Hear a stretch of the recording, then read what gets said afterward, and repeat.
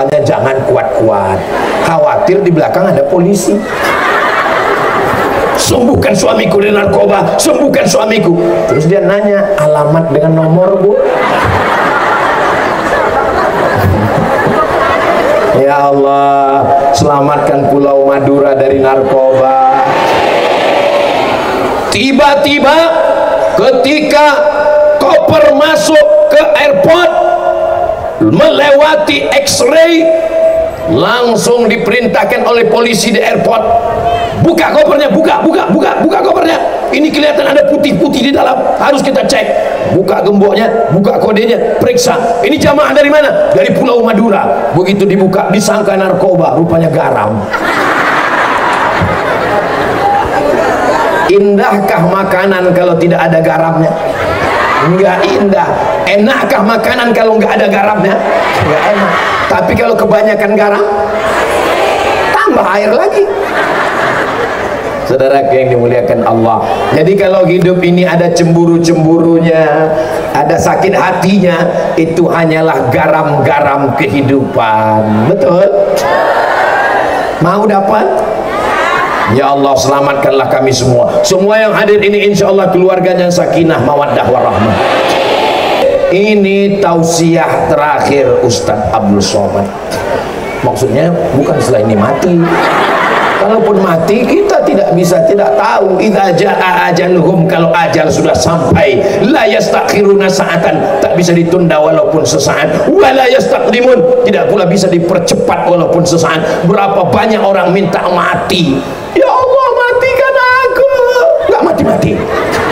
Berapa banyak orang begitu pedenya, 4 sehat, 5 sempurna, treatment, olahraga, jogging, mati. Kenapa kita masih hidup hari ini?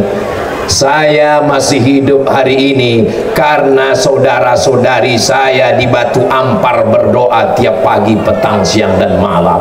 Ya Allah, sampaikan Ustadz Somad ke desa kami, sampaikan ke pondok kami, sampaikan ke kampung kami, sehatkan dia ya Allah. Setelah dia tausiah di tempat kami, terserahlah ya Allah.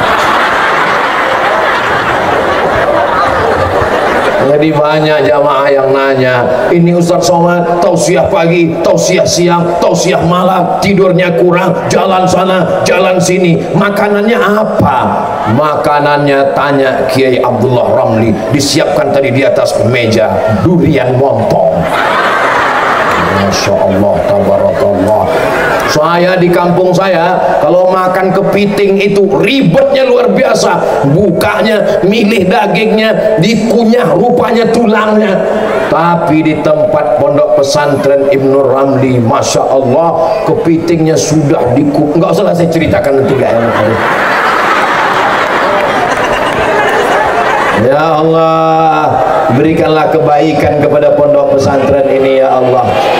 Buat santrinya berlipat ganda, melimpah ruah, sehingga tanah-tanah wakafnya mengalir pahala untuk para kiai, para alim, para ulama, hadratul muhtaramin wal mukarramin. Daftarkan anak Anda segera ke pesantren Ibnu Ramli sebelum tanggal penutupan berikut ini.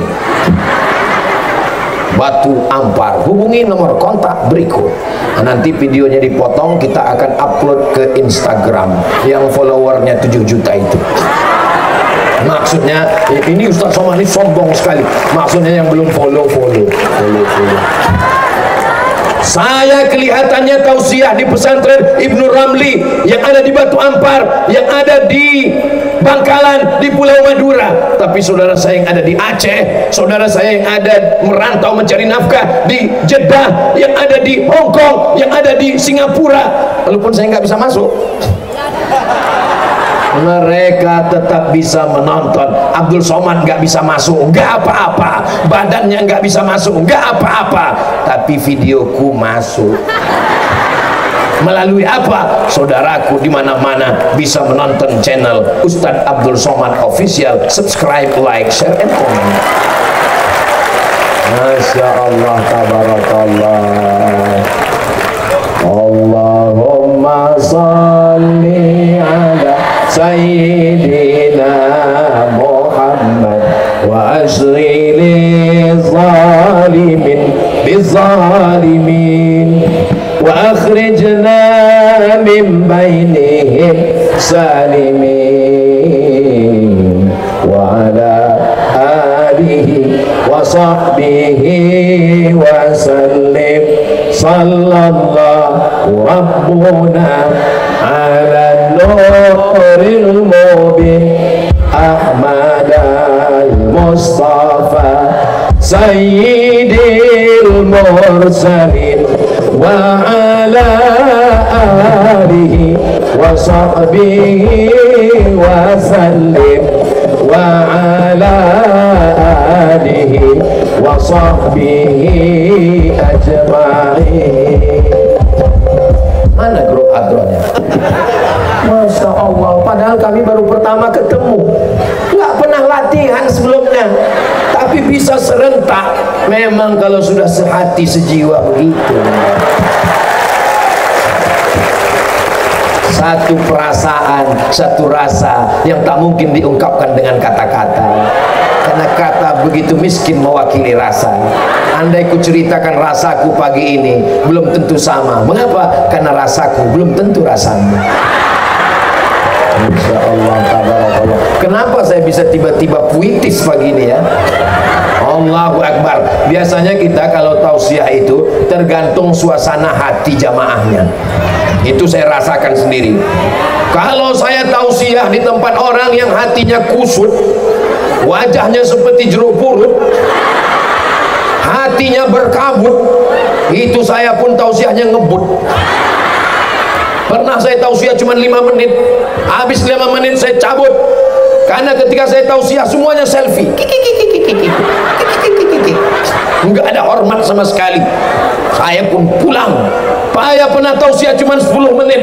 Demikianlah tausiah yang saya sampaikan. Ketika kapan itu Pak Ustadz? Ketika mau buka puasa. Rasanya jarum jam gak bergerak, orang semuanya pada kusut, lapar, galau, kacau. Ada yang buka-buka handphone. Nah, tiba-tiba terdengar suara azan, Allahu Akbar, Allahu Akbar. Demikianlah tausiah ini saya sampaikan, karena azan maghrib sudah berkumandang. Gak lama datang panitia, mohon maaf Pak Ustadz, itu azan handphone. Tapi di Batu Ampar jamaahnya semuanya hatinya terbuka. Maka Ustaz Somad pun menyampaikan tausiah, lepas saja semuanya. Masya Allah. Jadi selama di pesantren Ibnu Ramli Batu Ampar ini, apa yang Ustaz khawatirkan? Enggak ada. Saya dikawal oleh banser, apa yang saya khawatirkan? Pandang kanan banser, kiri banser. Terus nggak ada cemas sama sekali. Ada beberapa kecemasan. Apa dia? Ngeri jatuh ke bawah. Itu makanya dari tadi saya nggak bergerak. Di tempat lain saya ceramah jalan-jalan, ini nggak berani, ini kan sampai jatuh. Sakitnya nggak seberapa, malunya. Besok pagi keluar berita Ustaz Somad jatuh di Batu Ampar. Nauzubillah, nauzubillah. Ibu-ibu yang di bawah jangan khawatir.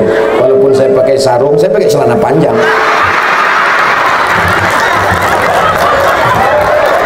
Mana tahu nanti di komen orang di Instagram macam-macam. Semuanya kebaikan. Masya Allah, tabarakallah. Pertemuan kita ini pertemuan yang memanjangkan umur dan melapangkan rezeki, insya Allah. Anak Pak Kiai libur kemarin dari Kairo, pulang sekarang belajar ke Al-Azhar, Fakultas Usuluddin, jurusan tafsir. Nangis. Kenapa? Kenapa acaranya nggak dibuat ketika saya sedang di rumah? Tapi beliau insya Allah bisa menyaksikan langsung dari Kairo live, insya Allah. Amin. Ustaz Somad, kami di rumah waktu nonton live kok nggak lancar, paketmu habis. Hari ini semua yang hadir ini pulang dalam keadaan bersih dari dosa-dosanya. Hadisnya ada dalam kitab Musnad Ahmad bin Hanbal. Ketika selesai acara pengajian majelis ilmu, majelis taklim, maka apa kata malaikat? Qumu maghfuran lakum. Berdirilah kamu, karena semua dosa kamu sudah diampunkan Allah. Pulang dalam keadaan bersih dari dosa-dosa. Tapi hutang tidak. Jangan nanti pulang dari sini di besok pagi ada yang nagih, gimana utangnya Mbak? Dosa kamu sudah lepas semuanya, berikut hutang-hutangnya. Kata siapa? Ustaz Somad. Enggak ada, saya enggak ada ngomong. Kalau enggak percaya, putar aja rekamannya lagi. Enggak ada. Hutang tetap dibayar. Suatu ketika Nabi Muhammad SAW melihat ada orang yang mati syahid, lalu kata orang tetangga, kawan, sahabatnya, berbahagialah, hanian, selamat, kamu masuk surga. Kata Nabi, belum tentu. Kenapa? Karena kalau orang masih ada hutang piutang, sangkutan, dia akan dituntut di hadapan Allah. Lepaskanlah semua jamaah ini dari hutang piutang ya Allah. Banyak sekali yang berhutang ini. Enggak ada, karena kita hidupnya tidak konsumtif. Lebih baik hidup sederhana, bersahaja, daripada kelihatan kaya tapi hutang keliling pinggang. Betul? Ini banyak orang kalau di rumahnya itu semuanya hutang, kompor hutang, panci hutang, pulang kampung gaya supaya orang kampung semuanya kaget terpukau, wow, amazing. Padahal bunyi klaksonnya kredit. Hidup bersahaja, apa adanya. Orang yang banyak utang, detak jantungnya nggak normal. Ngikut pengajian khawatir, takut, darah tinggi naik, jantung koroner naik, gula darah naik. Yang turun cuma satu, asam urat turun ke kaki. Tapi kalau orang nggak ada utang, ketawanya lepas, ya seperti ini. Tapi kalau ada utang, pas mau ketawa, nggak jadi. Kenapa? Ingat tanggal sudah sebentar lagi tadi, nggak jadi. Allah itu suka melihat kita bahagia, tapi bahagia kita bukan karena dosa. Kita tidak melakukan maksiat, kita tidak melihat yang haram. Kita semua bersama dengan orang baik, di tempat yang baik, mengkaji yang baik, mendengar yang baik. Gara-gara kebaikanlah kita bahagia. Betul? Ada orang bahagia karena dosa, kena maksiat. Mudah-mudahan yang belum dapat hidayah, Allahumma hdina wahdi bina waj'alna sababan liman ihtada. Berikan kami hidayah, berikan saudara kami yang belum dapat hidayah, supaya Allah Ta'ala lapangkan hatinya untuk beramal kebaikan, insyaallah. Amin. Kita semua akan mati. Orang kaya, orang miskin lebih cepat. Oh, enggak juga Pak Ustadz. Malaikat maut kalau nyabut nyawa, apakah dia lihat akte kelahiran? Enggak. KTP, KK, yang lihat itu KPU, Komisi Pemilihan Umum. Malaikat maut akan datang mencabut nyawa, dan kita semua yang istiqomah iman dan Islam, wala tamutunna illa wa antum muslimun.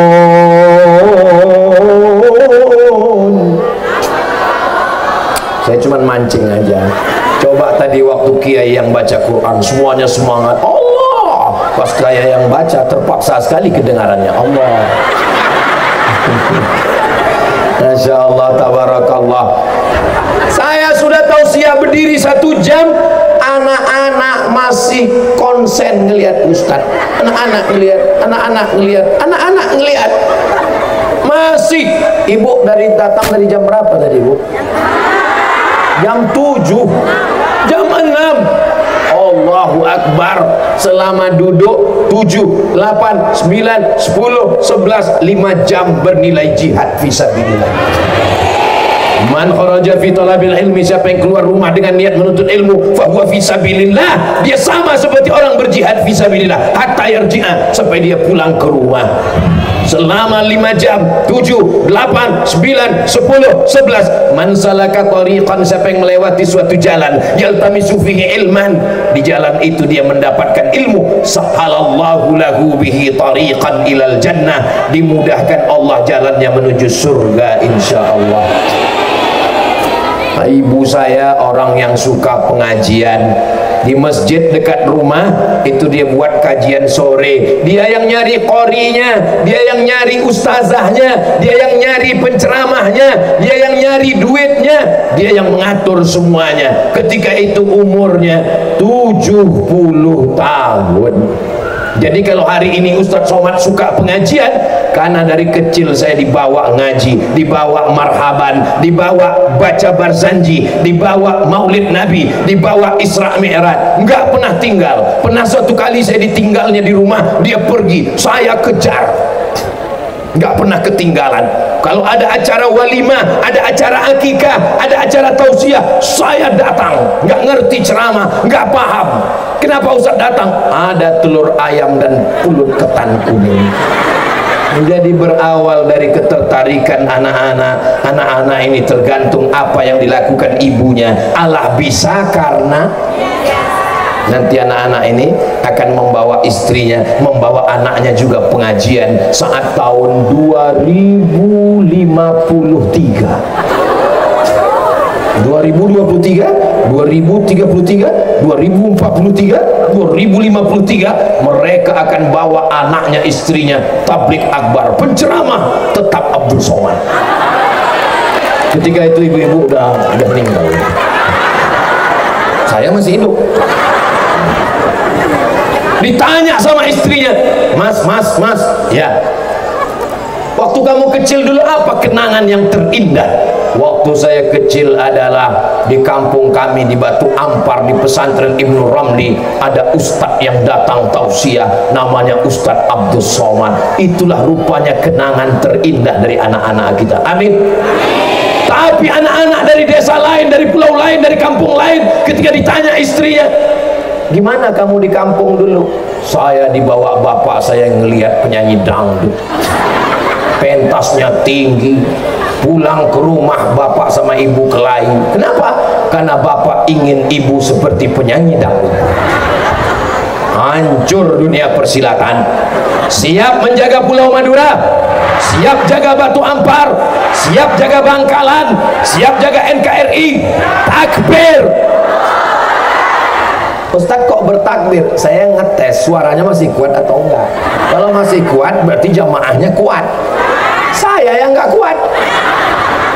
Di tempat lain kalau udah 1 jam saya takbir, pas 5 menit pertama Allahu Akbar. Kalau sudah 1 jam Allahu Akbar, Allahu Akbar. Itu artinya terserahlah Pak Ustaz mau lanjut enggak, mudah-mudahan selesai. Masya Allah, jangan macam-macam dengan Pulau Madura. Ini adalah pulaunya para wali Allah. Mbah Khalil Al-Bangkalani, ini negerinya para alim, para ulama pondok pesantren.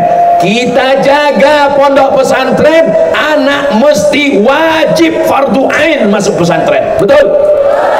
Nanti masalah setelah kuliah tamat, masuk S1, kemana saja pergi silakan, terbang dia akan pulang ke NKRI, menyumbangkan hati pikirannya supaya kita semuanya menjadikan negeri ini baldatun thayyibatun wa rabbun ghafur. Saudaraku yang dimuliakan Allah Subhanahu wa taala, kita tidak pernah bersyukur kalau kita tidak melihat ke bawah. Lihatlah ke bawah. Kalau ngelihatnya ke atas terus, lihat ke atas, pulang dari sini minta sama suami, saya mesti lampu ruang tamu seperti ini.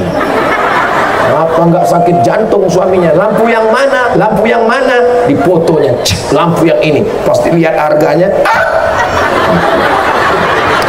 Saya mau ruang tamu kita ada bunga-bunganya. Seperti apa? Seperti bunga ini. Saya mau kamar kita seperti kamar pengantin, ada lampu-lampunya seperti ini. Pandang ke bawah, lihat ke bawah.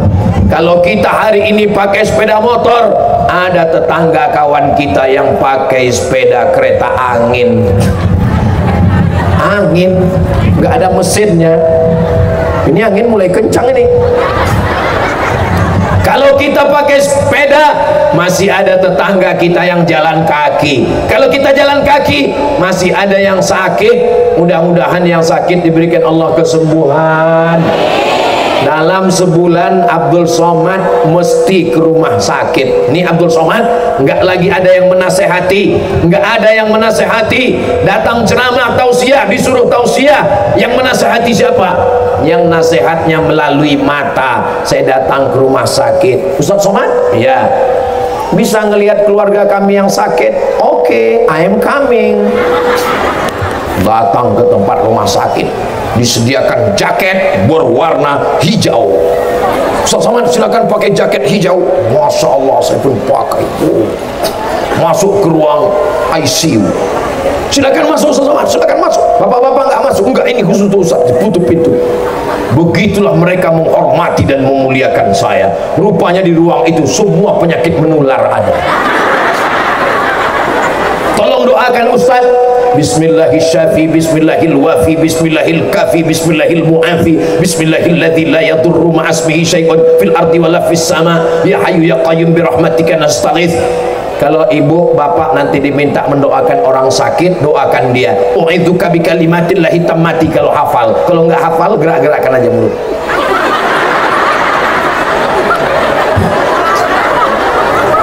Doa nggak mesti pakai bahasa Arab. Sholat yang pakai bahasa Arab. Jangan mentang-mentang kuliah sastra Inggris, sholat pun pakai bahasa Inggris. Inna sholati, my praying, wa mahyaya, my life, wa mamati, my dying, lillahi ta'ala, for you, oh my God. Tetap pakai bahasa Arab.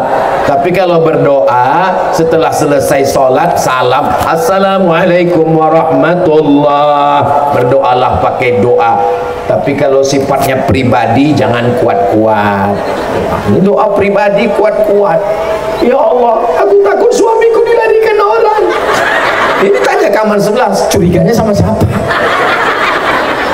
Doa itu nggak usah terlalu detail, tapi jangan juga terlalu umum. Ini ada orang doa terlalu detail. Ya Allah, saya mau jual tanah, lebarnya 25 kali 30. Sebelah kanannya Pak Kiai, sebelah kiri Pak Kapolres, depan jalan raya, harga masih nego.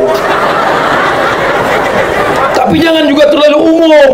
Ini doa terlalu umum. Ya Allah, ada yang ku ingin minta kepadamu, tapi rasanya tak perlu kusebutkan satu persatu, karena ku yakin kau tahu yang ku mau. Ini kita berdoa kepada Allah. Saudara kita masih berdoa.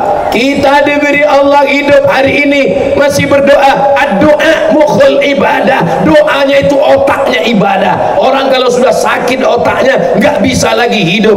Otaknya ibadah adalah doa. Doa silahul mu'min. Doa senjatanya orang beriman. Makanya puncak tausiah, puncak tabligh akbar bukan pada pengajiannya, tapi ada pada doa. Ini kadang banyak kalau udah tabligh akbar, begitu selesai tausiah langsung pulang, dia kehilangan barokah dari doa. Sholat juga begitu. Assalamualaikum warahmatullah, assalamualaikum warahmatullah. Kenapa kamu nggak berdoa? Panggil itu anak muda. Kenapa kamu nggak berdoa? Ya Pak Ustadz, doa yang lama aja belum makbul. Begitu. Doa silahul mu'min, doa senjatanya orang beriman.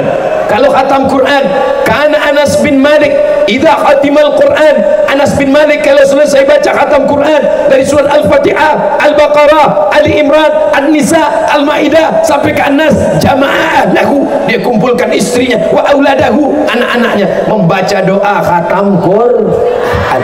Ajak anak-anak kita berdoa supaya apa? Supaya saat kita nanti telah tiada, mereka akan bangun tengah malam dan mendoakan kita, Rabbil firli wali walidayya warhamhuma kama rabbayani. Jangan ajar anak nyanyi, jangan ajar anak karaoke. Nanti kalau kita mati dia nyanyikan, mau dinyanyikan? Datang dia ziarah ke kubur kita, mama. Saudaraku yang dimuliakan Allah Subhanahu wa ta'ala, mari kita pakai umur yang masih tersisa ini, yang masih ada di dalam badan, selagi hayat di kandung badan, selagi ruh masih bersemayam dalam jasad, pakai untuk beribadah. Ibadah sholat, tegak, ruku, sujud, tahajud, witir, duha, isyraq, awabin, sholat-sholat mutlak, sholat-sholat tasbih. saya nggak sanggup sholat Pak Ustadz, sakit kaki, asam urat, macam-macam. Jangan teruskan, terlalu banyak penderitaan. Nggak bisa sholat, baca Quran. Saya baca Quran juga nggak bisa Pak Ustadz, ketika dilihat titik banyak jadi 3.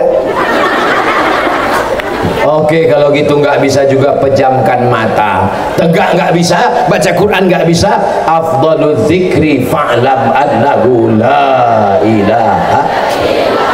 Saya zikir pun nggak bisa juga Pak Ustaz. Diajak sholat nggak bisa, diajak baca Quran matanya, diajak zikir nggak juga. Suramadu dekat kan? Nah, udah kesana aja lah. Apa maksud Ustaz ini? Apa guna hidup? Buat penuh Pulau Madura aja.